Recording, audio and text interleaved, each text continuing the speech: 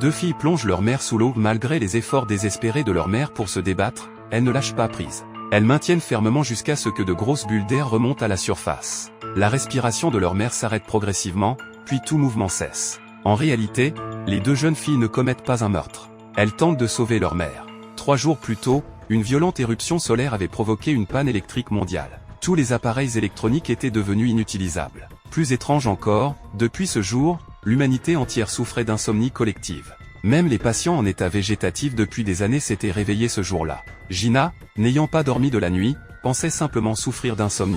Elle décida d'acheter des somnifères, mais découvrit que leur prix avait explosé en une seule nuit.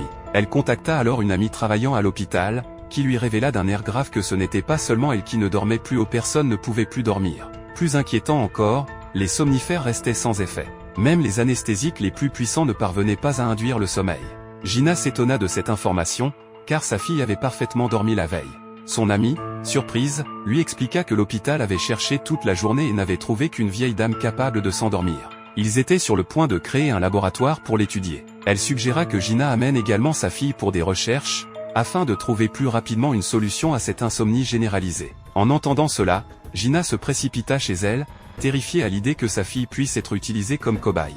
Dans les rues, l'armée avait fait son apparition. De retour à la maison, sa fille avait disparu. Son fils lui expliqua qu'elle était partie à l'église. Gina rassembla rapidement quelques affaires de première nécessité et se dirigea avec son fils vers l'église. Dans les rues, les insomniaques commençaient à semer le chaos, pillant ouvertement les pharmacies. Arrivés difficilement à l'église, ils découvrirent la fille debout sur l'estrade.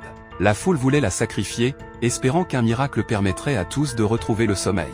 L'ami de Gina, venu pour emmener la fille au laboratoire, fut abattu d'une balle par un agent de sécurité. C'est alors que Gina prit conscience de la gravité de la situation. Profitant du chaos régnant dans l'église, elle s'enfuit avec ses 2 enfants, déterminée à demander l'aide des scientifiques du laboratoire.